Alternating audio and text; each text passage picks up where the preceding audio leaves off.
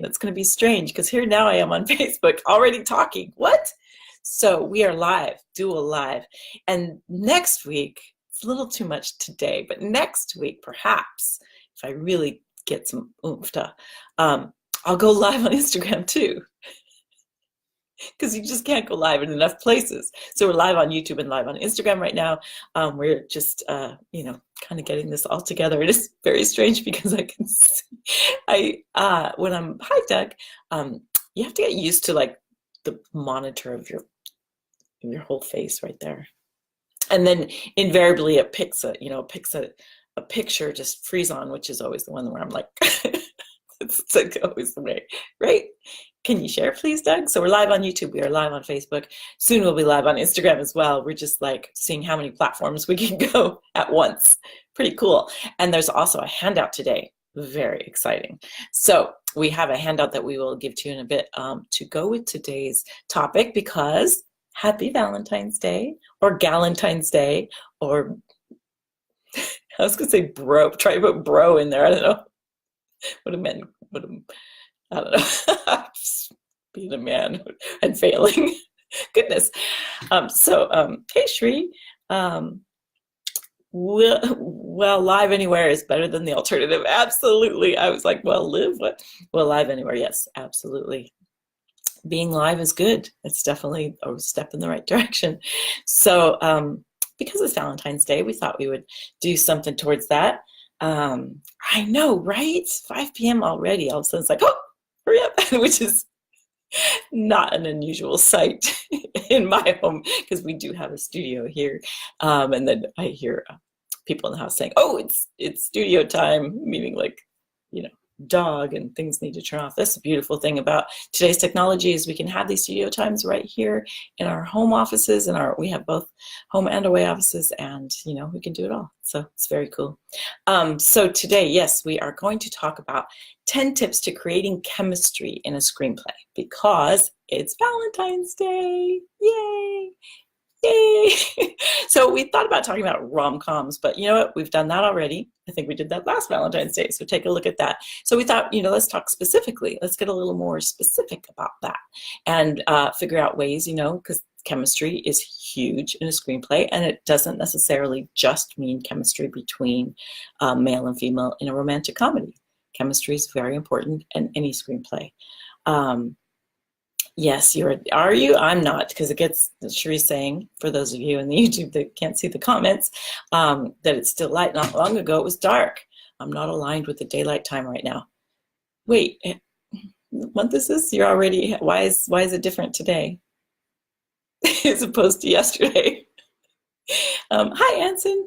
Buddy movies, right? That's what we're celebrating today. Definitely need chemistry in buddy movies, right? And you see buddy movies sometimes where there is no chemistry, and yeah. So what we wanted to do today, though, is make it so as a writer, you are not beholden and not relying on the actors to provide that chemistry. Actors can do a pretty good job at creating chemistry, and you hear stories about actors really not liking each other. And I've been in plays, actually. I've done plays where I haven't had chemistry with the person, but we do on stage. Is very strange when that happens, where there's all this chemistry because it's written so well. And so the chemistry can happen, and then you walk off stage and it's gone. Like that. It's kind of weird. But that's when it's good writing. So how can you write your scripts so that that chemistry is built in, which can still be destroyed if the chemistry is really bad between the actors? But if you give the actors, actors, that's what they're there for. That's their job. So if you give them enough clues and enough things to work with, they can create chemistry, whether they have it naturally or not. When they have it naturally, greatest thing ever. It's a whole new universe. What?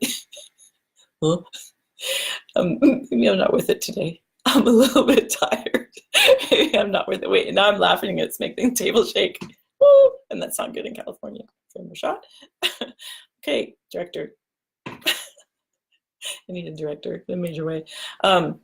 So why don't I go ahead and let's go ahead and share the handout.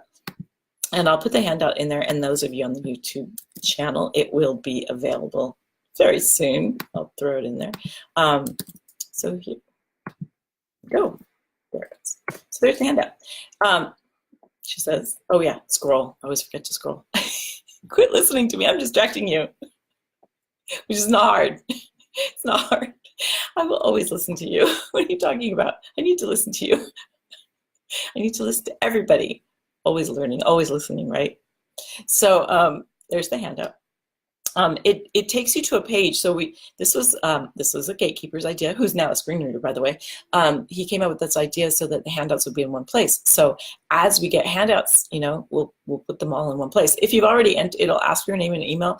If you have already entered your name and email, it'll still ask for that, but it doesn't go anywhere. So don't worry about it. But and you can always, if you want the handout but you don't want to give us your name and email, you can always just what will happen is you'll do the opt-in. It will send you the thing, and then there's a place on there you can unsubscribe it anytime if you don't want emails. Just a little button says, "Get me out of here." We only want people that want the emails, and we send other things, and typically we really do. I mean, it might not seem like it, but we are really trying to only give information about stuff that we're giving away. It's like, here we're having a free thing here, and here's this free thing, and here's that free thing, and letting you know when an enrollment period is only a certain time, and the emails do come a little bit more frequently during that time period, but it's only for a week, and then it calms down, and then it's just about the weekly things that we're giving away for free. So if you're on our email list, that's how it works. So it might seem at first like, oh my gosh, it's too many emails, but it's because we're in enrollment. We're letting you know when we have so much more going on. We do these Facebook Lives every day. We have the free pre-training that we're doing. So you've got links to those videos. We also have the masterclass, which each has its own specific link. And then we have one link so you can get to them all. So there's just a lot of information that we're giving away. So, but unsubscribe at any time if at all it bothers you, or email us. You can reply to any of the emails that we send you, and we'll get back to you. So we really are trying to be nice, normal people to the best of our ability, and still give the things that we want to give away, and still create our course. It's like we're doing it all. So that's kind of all I really have to say about that. But this way, also, when you get to this page, you'll see other handouts about writing a screenplay. So it's kind of cool. You can kind of, if you missed one or whatever, you can download some other handouts as well. So you can kind of start collection. You can like be the serial killer and like wallpaper your house. See, these are creative minds. This is what happens. Oh, scroll. But nobody ever does. It's true. That is true. Like very few people in numbers wise, like, we've learned these online business things, and you have all these benchmarks that you make, and we just love you guys so much because the benchmarks are always really good, and we hope that's because we're trying to provide value and listen to you and that kind of thing. We want it to be a give and take. We're all in this together. We don't really want it to be like this one side drink from a fire hose kind of thing. So yeah. People very rarely unsubscribe, and we get lots of people that want to know more. Yay, it's Valentine's Day.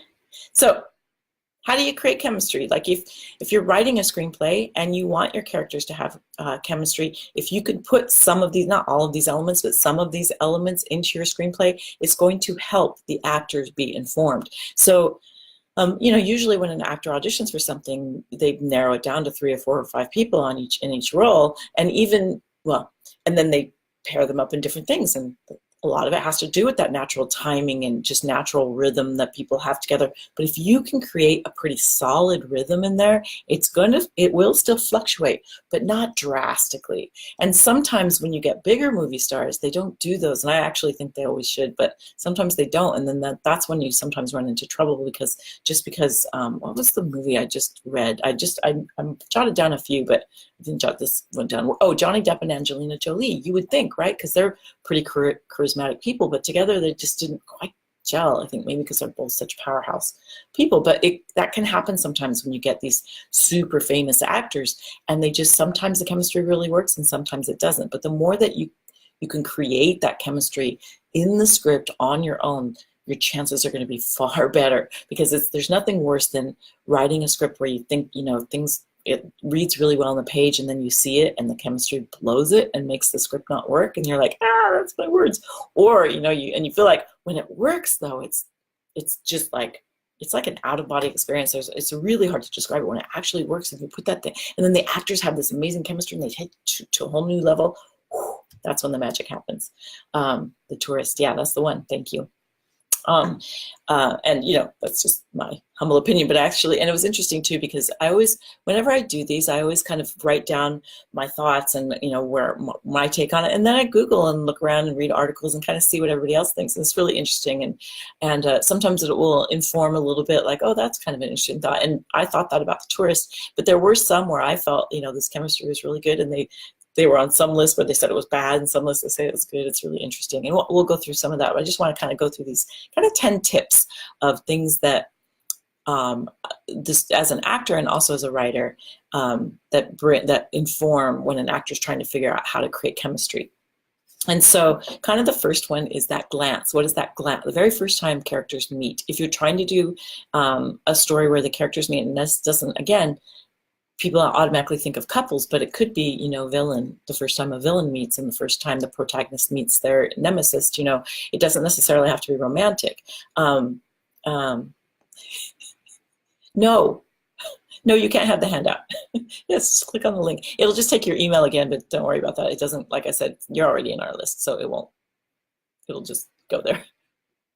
So, what is that first glance? If you can make that moment really, really important and make it happen in a really unique way, then the director will pick up without camera angles, no camera angles, but the director, you'll see, you can say from across the room, that gives the camera angle without saying camera is across the room, right?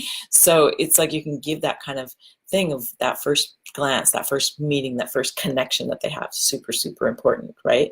I know. Yes, she is very organized. She's got the notebook. She's awesome. Carry on. Okay, will do.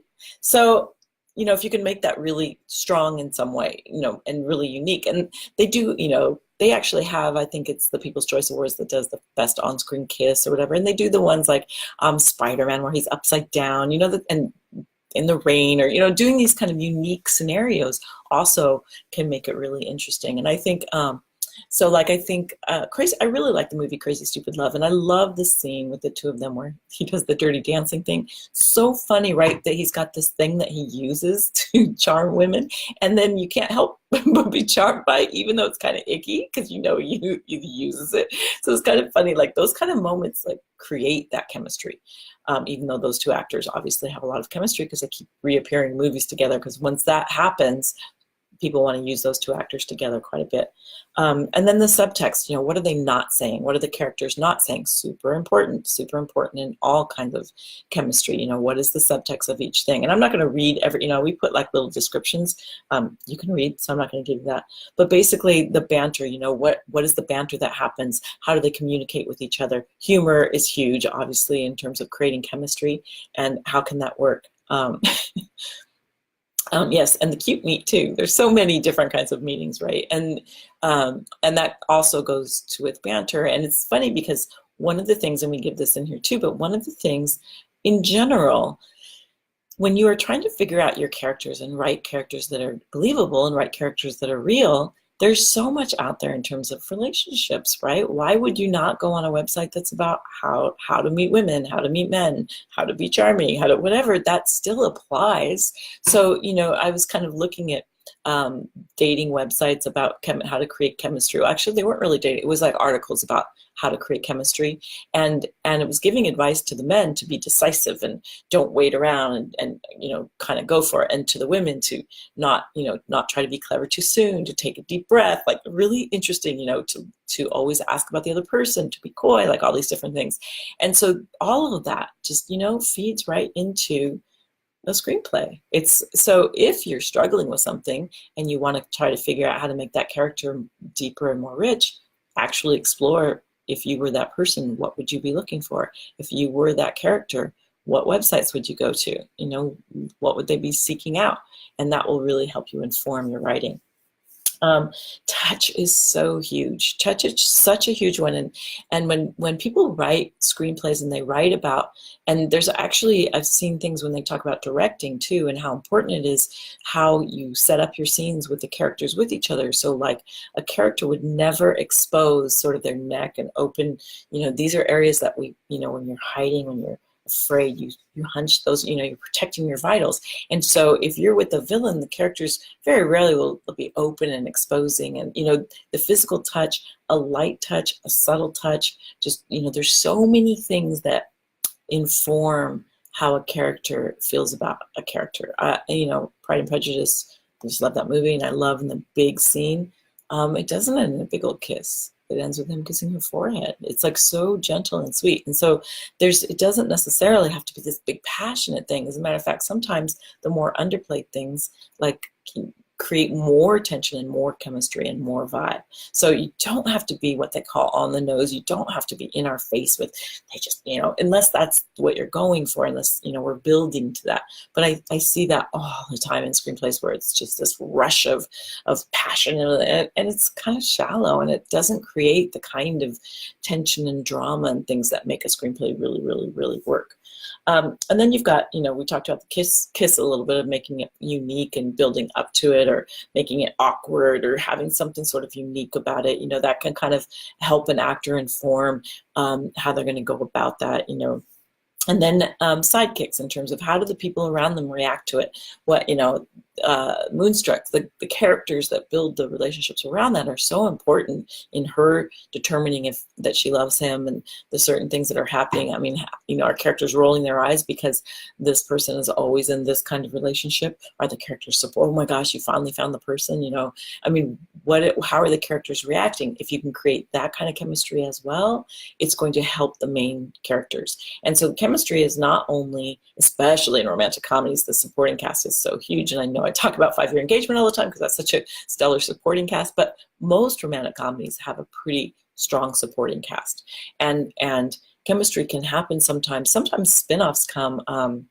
Knocked Up has Leslie Mann and Paul Rudd have such great chemistry as supporting characters that they kind of spun off with This Is 40, with those two characters being a married couple. And so there are things that spin off from other movies because the chemistry is good, which is interesting because I think that's a really good one of a lack of chemistry between Katherine Hagel and Seth Rogen. And if you compare Knocked Up and the chemistry between those two characters, they seem sort of annoyed with, I know it's a one-night stand that turns into a relationship, but they are supposed to fall for each other, and I don't think it plays. Whereas you look at the chemistry between Seth Rogen, and people kind of tend to blame him because he's the big goofy guy, but he has amazing chemistry with Rose Byrne in The Neighbors, what's this called, right? And then also with Elizabeth Banks and Zach and Mira Make a Porno. It's a great movie, and their chemistry is fantastic in that movie. So I don't think it worked in Knocked Up personally.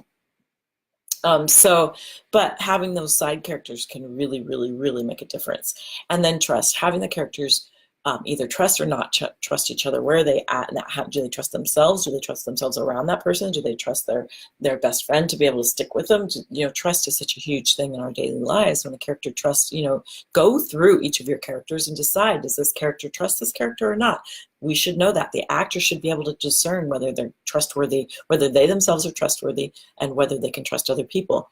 The more that you can build that up, the better those characters will resonate.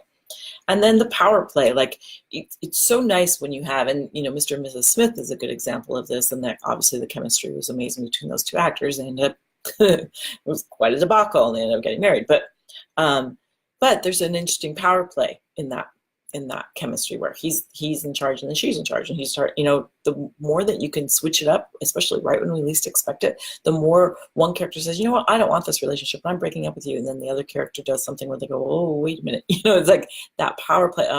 When Harry Met Sally, another great example where he comes and confesses his love on New Year's, and she tries to walk away and she just can't. There's like those kind of power plays, just like they make for those iconic movie moments. Absolutely. And then being vulnerable. If you've ever read or listened to Brene Brown, she's amazing. She's an amazing person to listen to create characters. She talks about vulnerability, and that when you see someone who is vulnerable, do you think of them as being weak? And most people don't, because it's very hard to be vulnerable around someone. And as an actor, being able to be vulnerable is so important. If an actor can't tap into that ability to be vulnerable, then their characters lose a great deal of depth. And the actors that are able to kind of tap into that easily, it's not that it can be really difficult. It's not as easy as one might think.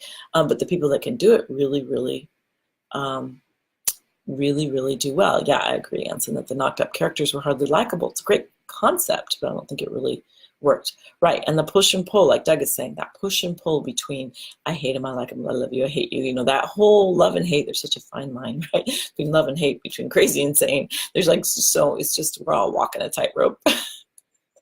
I'm a donkey on the edge. It's one of my favorite movie lines of all time. It is like we are walking that tightrope on a daily basis, and there's times when it can just be like, even in our own lives, where it can be like, you know, I really hate that I love this, that kind of thing, and that kind of conflict. And, you know, and then the final thing are the stakes. You know, absolutely, the stakes are obviously the most important. The stakes don't have to be life and death. The stakes are not life and death in Whiplash, but there's some pretty high, hardcore stakes in there because it's so important to this character. It is sort of life and death for him. It is like, you know, and relationships can feel life and death and can feel that way. And, you know, listen to music while you're writing characters. Listen to, you know, some of Eminem's music to me is like, I love listening to that while I'm writing because he has so much passion, and, you know, there's so messed up, right? There's so many of the songs that are like, oh, but there's that passion behind it that makes it interesting and has that push and pull and really kind of helps move you to the next thing. And so, you know, chemistry is not just about love, hate. It's not just about, you know, attraction and, you know,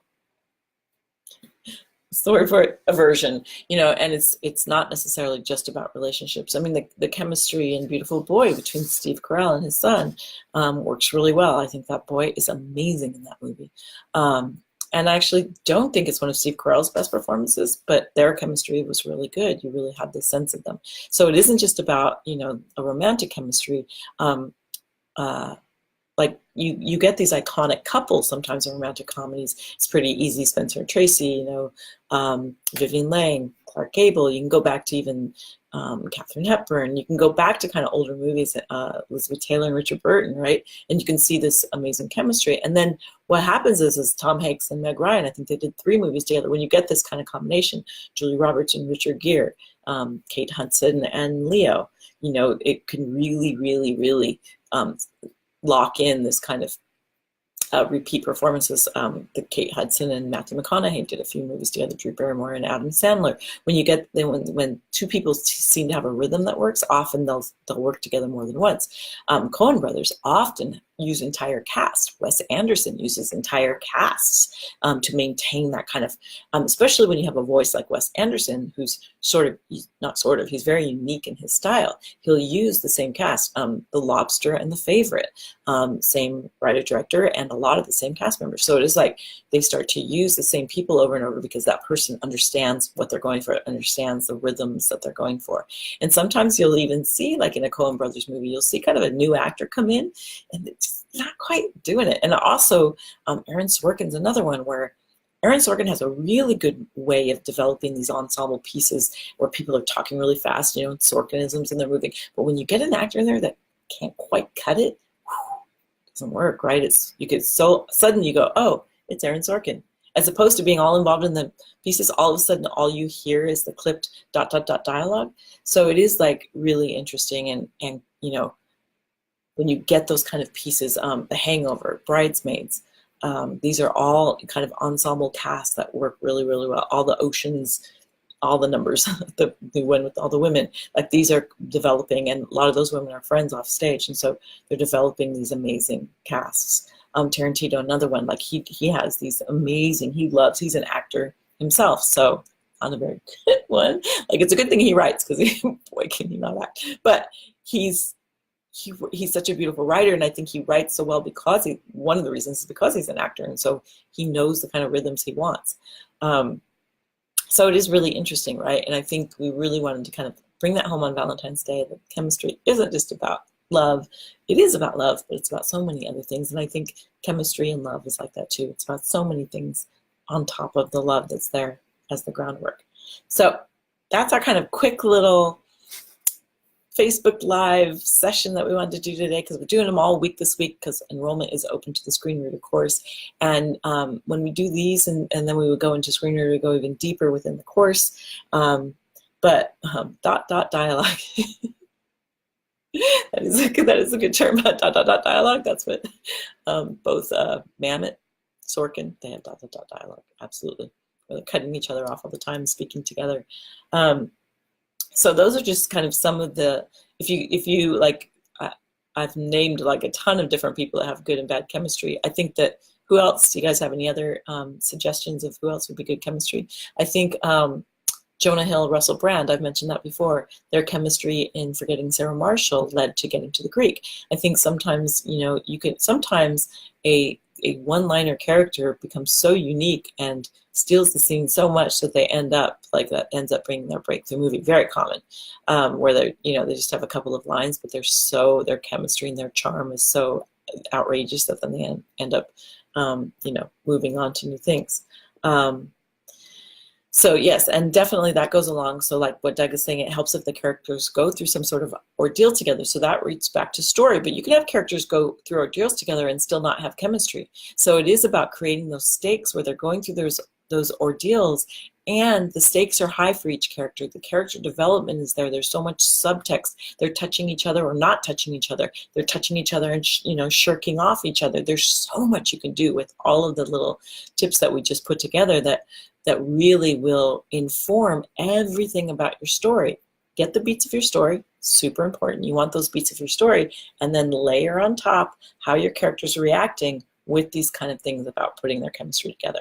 And Clooney and Pitt, all the Oceans movies, I think, are just really, chemistry is obviously really, really good. And Clooney and Pitt are good friends in real life, and I think that comes across in the movies that they do together. So I think, building on top, this is all layered work. You can go back through your screenplay that was 115 and now is 95.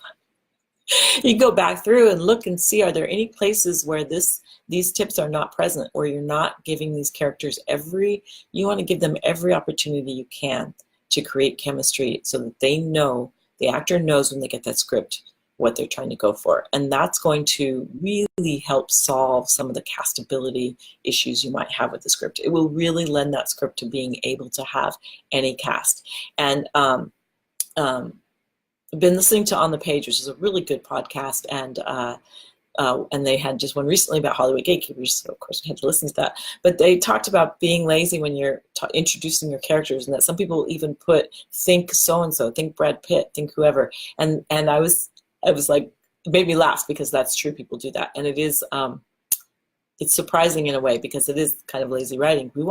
That's your opportunity. You want to pigeonhole yourself into one person. You want to describe that character and, details that make it fascinating and make it so that an actor will want to play that character. So be an actor's writer, absolutely. Frances McDormand, Woody Harrelson, yep, absolutely. Yeah, that's a really good example, Sean, because that again is not a love. It is a love relationship in a weird way. They have such animosity and yet such respect for each other. And what a twist! And if you haven't seen that movie, his character has such a twist, right? Total love, hate, and yet just ultimate respect underneath there. Really good. You finished at 99. Woohoo! Go, man, go. Super proud of you. That's so awesome. So glad to see it. So now what are you going to do? Oh no, writing a screenplay? That's what everybody always does. No, what are you going to do?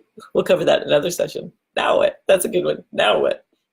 Yeah, definitely, Sean. That's a really good example. And it's so nice when you see that, right? And when you see the chemistry between the two bad guys, Steve Buscemi and what's his name in Fargo.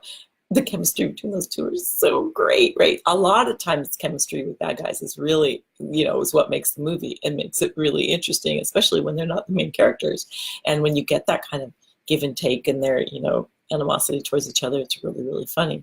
Or really, really tragic, depending on what you're going for. So super, super interesting, really cool. So that's our Facebook Live YouTube session.